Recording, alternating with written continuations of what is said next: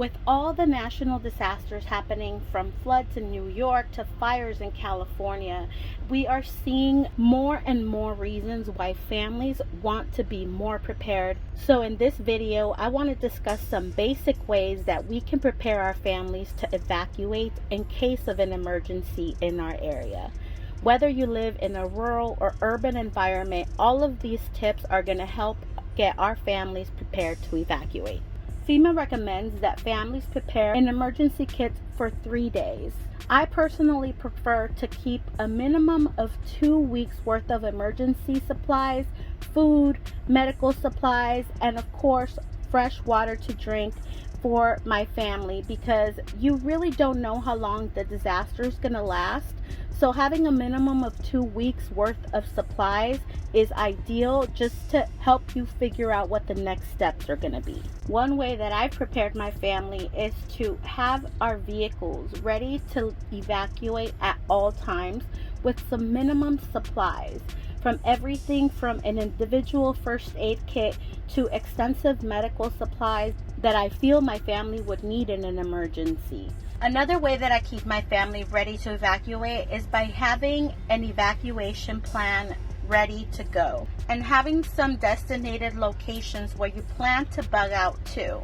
Now, you also want to make sure that you have some alternative routes to get there, because we don't know which highways or roads will be accessible or inaccessible. Everybody's lined up and waiting for the 101 to open, but apparently it's not going to be open for another hour.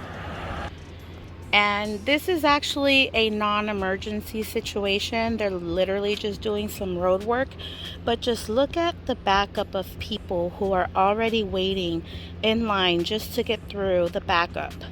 And there we are, just sitting there waiting. And we've actually been here for about an hour and a half already, and we still got to wait another hour.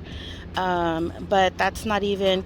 That's when they expect for the road to open. That is not even a guarantee. So we might have to camp out here for the night. Who knows? So I like to make sure that I have written directions out already or saved on my phone, whether they're screenshotted or they're just an image that I saved. I like to make sure that I have routes pre-planned, whether I have to drive there, walk there, bike there, or however I need to get there, I want to plan for it. Now, of course, we can't plan for everything, but we can definitely try to prepare as much as possible. Now, I know not everyone can afford a bug out location or a place that they can safely bug out to. So in future videos, I'm going to be focusing on helping you guys find some bug out locations, scouting them out, going to check them out, research some locations where you guys can actually bug out to.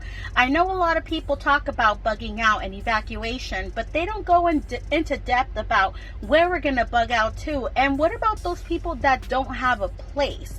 Where are those people gonna go? And I definitely want to make sure that you guys have a place where you can feel comfortable bugging out to. So make sure you subscribe to the channel so that you can keep up with all of the locations that we will be scouting, and also to make sure that you have a place where you can take your family in an emergency. Another thing that we will probably face is communication being down, cell phones not working, and not being able to communicate with family. Now, I like to prepare by having some two-way radios in our preparations. Most of my family has one of these in their bug out bags, and I also own some ham radios. Now, even though I have not gotten my ham radio license yet, I do have these radios, and I'm familiarizing myself on using them, because in an emergency, it won't matter whether you have a license to transmit or not. You can legally transmit without a license on a ham radio, as long as it is an emergency and you need immediate help.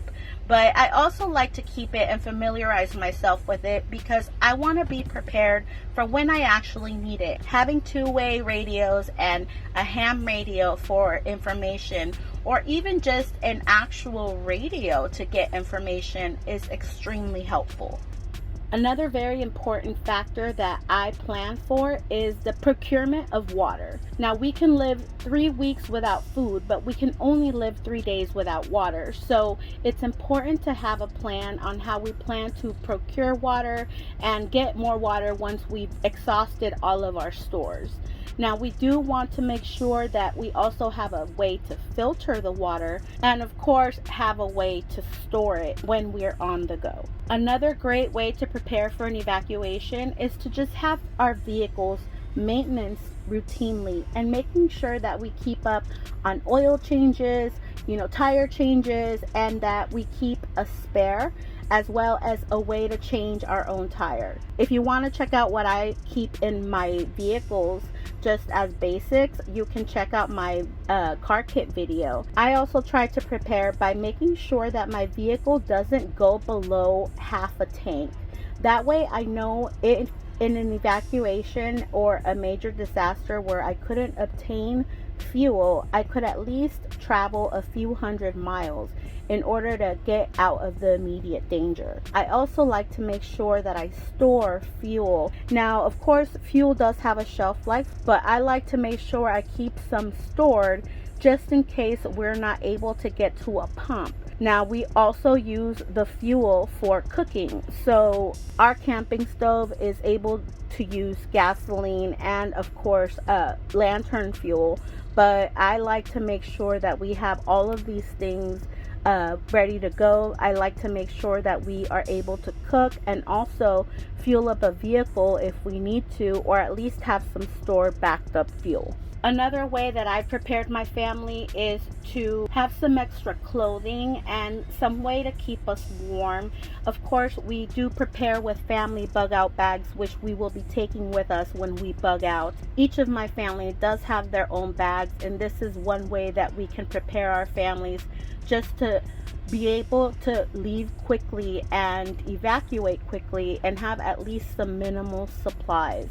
You can check out my bug out bag video if you want to know what I store in my family's bug out bags. But I also like to make sure that I at least have a change of clothing because we're not sure exactly what we'll be wearing, what time of the day it will be, and I want to make sure that we have our bases covered. So at least an extra change of clothing and a jacket is very important to me, as well as having a good pair of hiking boots.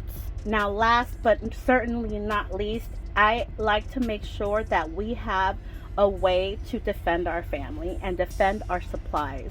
There will be a lot of people out there that will not be prepared, and they're going to look to you to obtain what they need to survive. So it's very important that we have a way to defend ourselves. Now, some people have, their own opinions about guns and owning weapons. So I want to make sure that you guys know that there are many ways to be prepared and keep your security. Not just can you take some self-defense classes so that you can know you can physically fend off an attacker, but you can also, of course, keep a knife, a taser, some pepper spray. You can also find a more primitive weapon if you don't want to possess a pistol or a rifle. You can get anything from a crossbow, compound bow, or a regular bow, an arrow. These are great ways to defend ourselves, and also this is a great way, to be able to hunt for food. And best of all, these are mostly quiet, they're silent, so you really won't give off your position like a pistol or a rifle would. You also can use the arrows multiple times. They're reusable as long as you don't lose them, and of course you can also make your own arrows if you have that skill. This is a great way to secure your family and feed your family in a long-term disaster scenario. So I hope that this video got you guys a little bit more prepared to evacuate in an emergency. I'm going to be doing some more evacuation preparedness videos in the future, so make sure that you subscribe so that we can get our families ready. And also a huge thank you to the first responders who have been on the front lines and battling all of these different disasters. And a great way for us to thank them is to be prepared and to be ready to evacuate when they ask us to, because the sooner we evacuate, the sooner they can get to do their jobs and, you know, help with the disaster itself. So thanks so much for tuning in, guys, and make sure you subscribe so I can see you in the next video. Until then, stay safe. Right at the center, baby.